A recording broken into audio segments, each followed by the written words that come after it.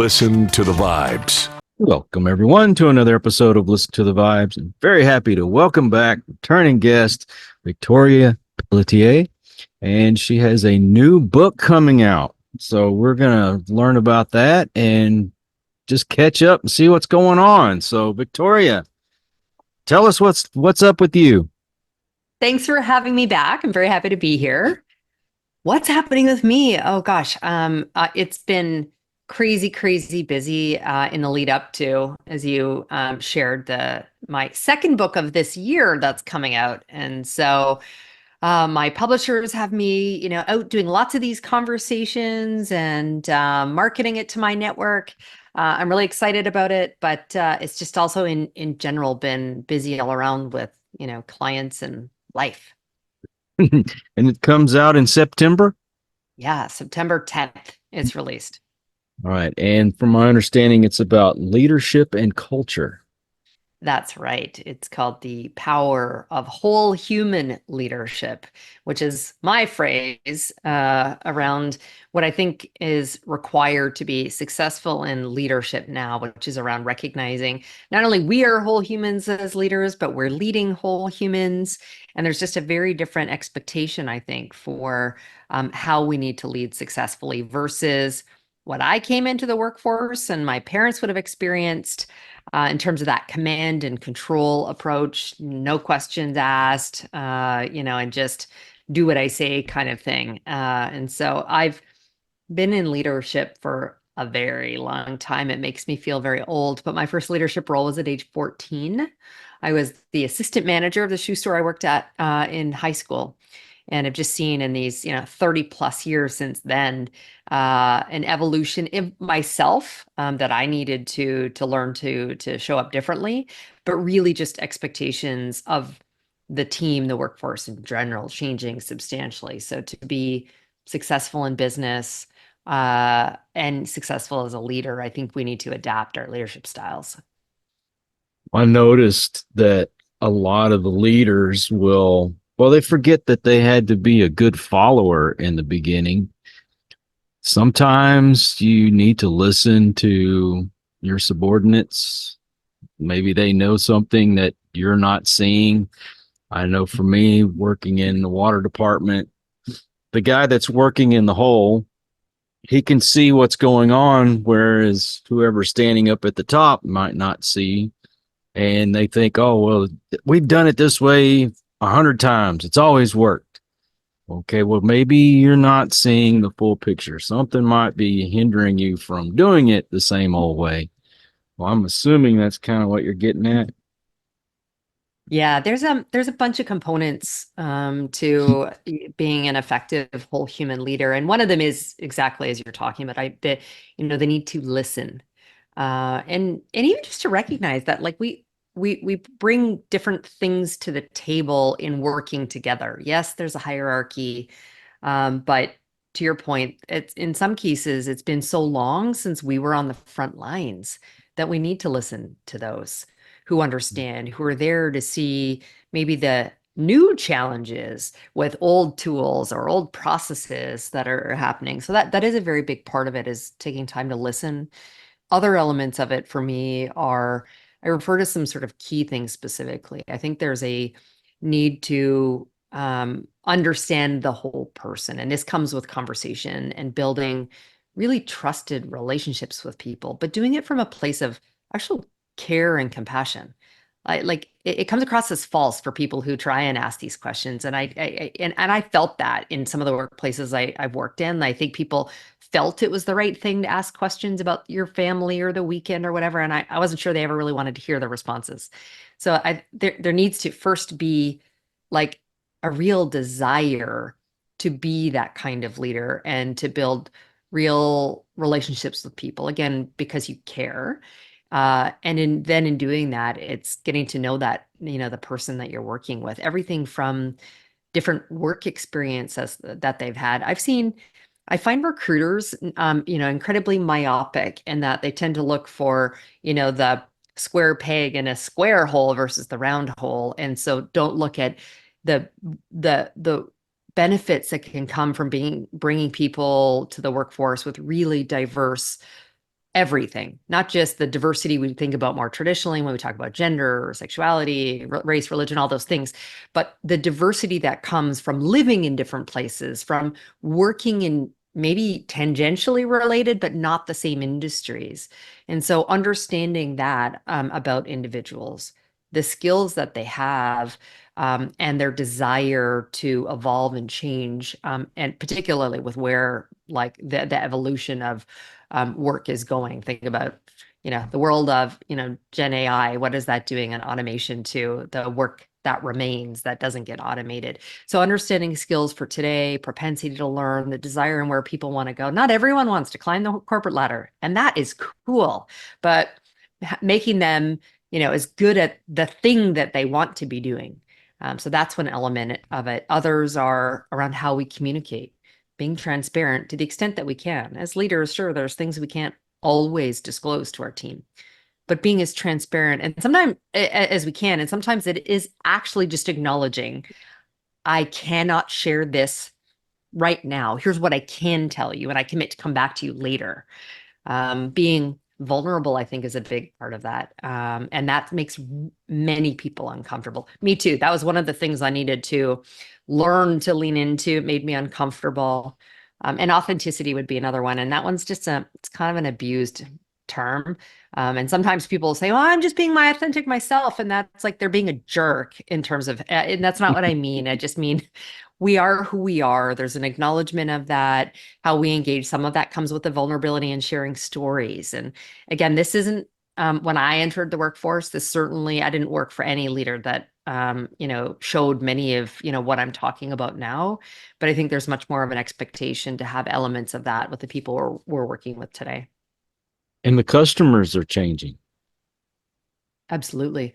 I think, I actually think the pandemic changed pretty dramatically some of consumers' buying behavior. And I don't mean that we buy online, at a much higher rate than we used to, but also for the workforce. I think that caused us to really reflect on things like purpose. Who do we buy from? People want to buy from companies that align with their values, or shared purpose. And for some, that's whether that's real eco-friendly, or some other, commitment, again, that means something to them. The same thing for workers.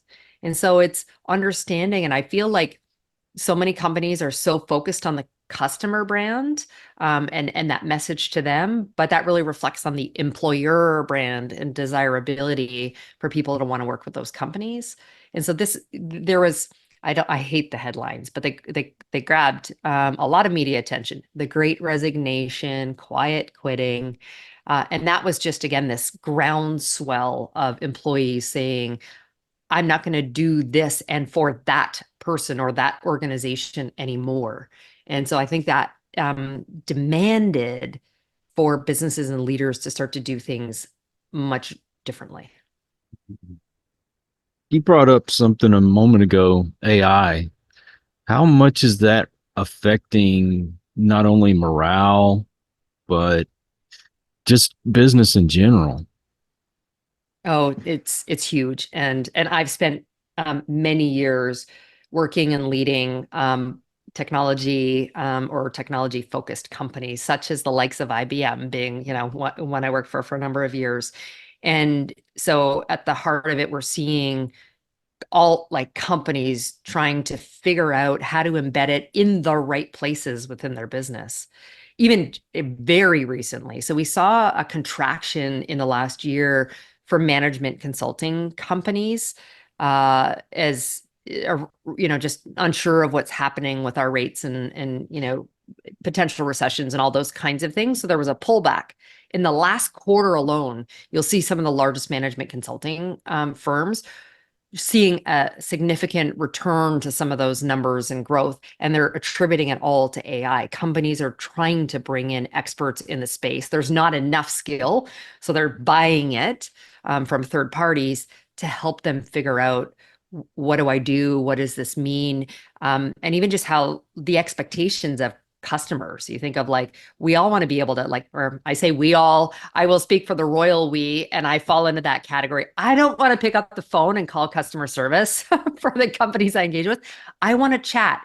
And if I can do that initially through a really smart, like generative AI chat tool, amazing. And then although I also want the quick ability to link out and talk to a real person. And so companies are not just thinking like that. That's the most basic, sort of way we think about AI. But I was meeting with a friend of mine. She's a lawyer, and she's separately building an AI legal tool for maybe sort of small to mid-sized companies who maybe can't hire a full-time legal counsel on board, but to help them with the analysis of contracts and flagging things. Like, think of how much the companies will save not needing to, initially go out to do that or hire someone. Like every company, I think, needs to recognize you're a technology company, whether you're actually selling tech products or services or not. So it is very much changing every company, its employees, not only the way we work, but the work, as I said, that gets, I'll say, left behind. Thinking of like the stuff that doesn't get automated or can't be handled by some of these tools. What do you say to the older generation that's getting close to retire, but they're so scared because technology is it's growing so fast? Somebody like, my mother's in her 70s, but she has a hard enough time dealing with the laptop and her cell phone. And you see technology it's going so fast into the future. They feel like they're getting left behind. And to some extent they are, just because, to your point, like it's evolving at a pace, that we're struggling to keep up with. And so I encourage companies to think about the different, and it's referred to as personas, but the different types of customers that they're going to engage with, and making sure that you're creating whether it's communication tools or access to those that make sense for the different generations. So it will change dramatically within a number of years, where most customers and employees are engaging with are incredibly adept at technology. But we're in this middle right now where we very much need to be mindful of that.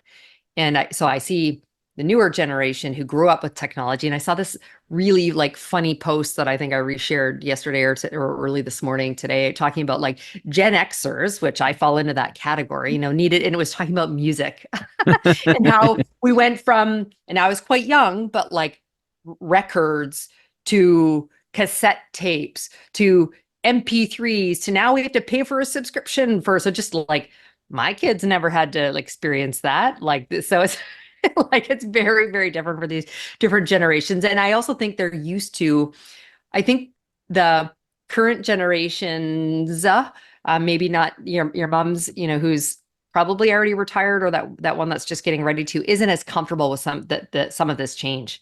The pace of change is the other thing, not just AI. So much is changing. The pace of change is something, as leaders, and even individual itself, we have to learn how to manage.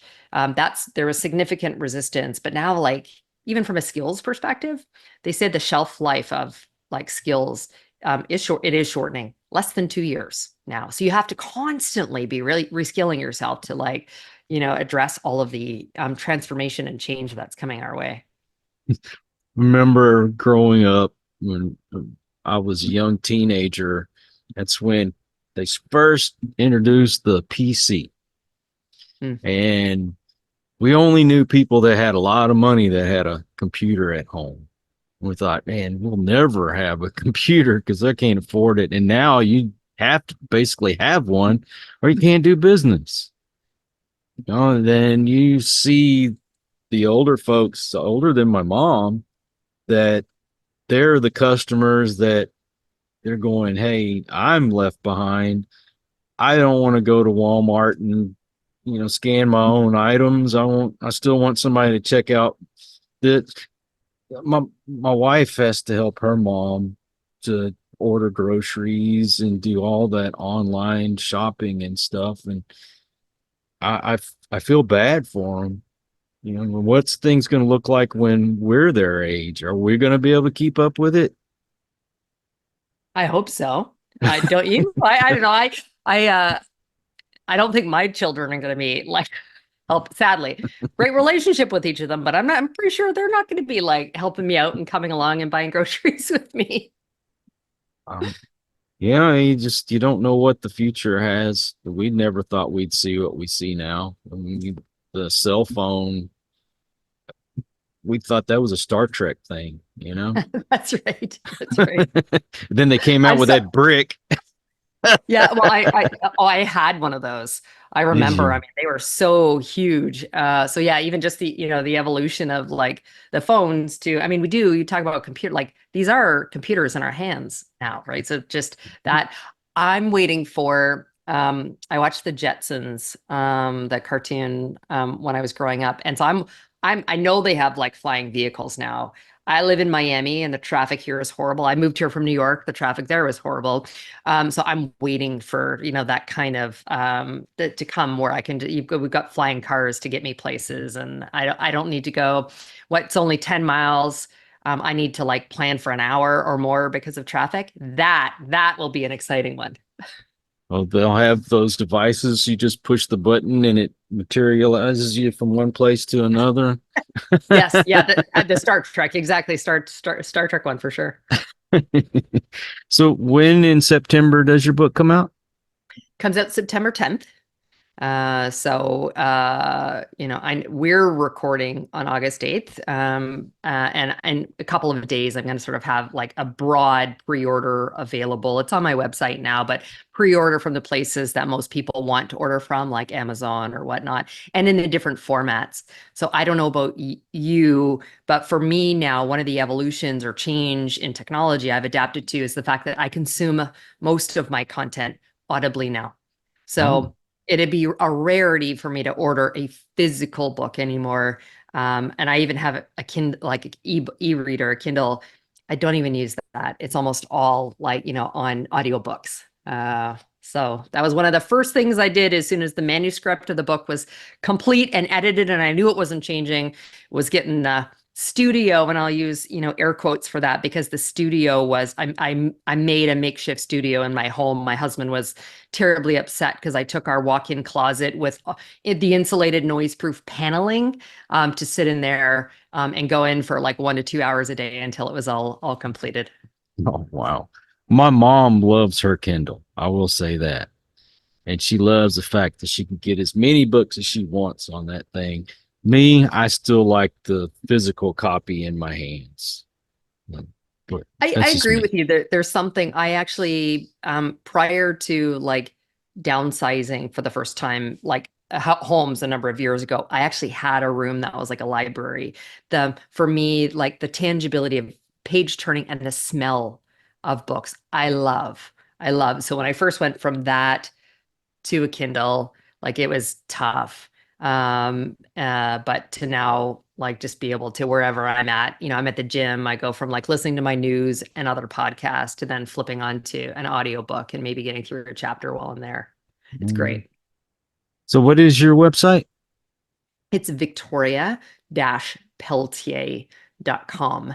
And that's where your listeners can learn all about me. I do a ton of public speaking, not advertised there because I only do it on a very limited basis. I do some coaching, both personal brand coaching, which was my last book, was on personal branding, and also some career executive coaches, and all my books, as well as many of the podcasts I'm on. I'm promote them there and put links to it. So, and then if people want to link out with me to any other platform that I'm on. I'm not on all of them, but they can link from there. My youngest tells me one that I'm really old because I'm still on Facebook, and he tells me only old people are there. Although I noticed he's there too still, and I'm not on TikTok and not regularly on Snapchat. So those make me old, I'm told. But your listeners will find me on the other ones, on Instagram, on X, although I don't know how much I love being on X anymore, or Twitter for the listeners who know it as that. LinkedIn, blah, blah, blah, all those places. And like I tell everybody, it's the necessary evil nowadays is social media. I don't spend very much time on there myself, but Victoria, thank you so much for coming back on the show. Thank you for having me. It was a pleasure. And I also want to thank all you folks out there. If you are new to the channel, I hope you'll come back. Please hit that subscribe button. And for my regulars, you guys are awesome because you make it possible for me to do this. Until the next one, everyone, please take care. Be kind to one another. God bless and peace. We hope you enjoyed this episode of Listen to the Vibes. You can catch us on Buzzsprout or wherever you listen to your favourite podcasts. And on YouTube. Follow us on Facebook at The Vibes Broadcast Network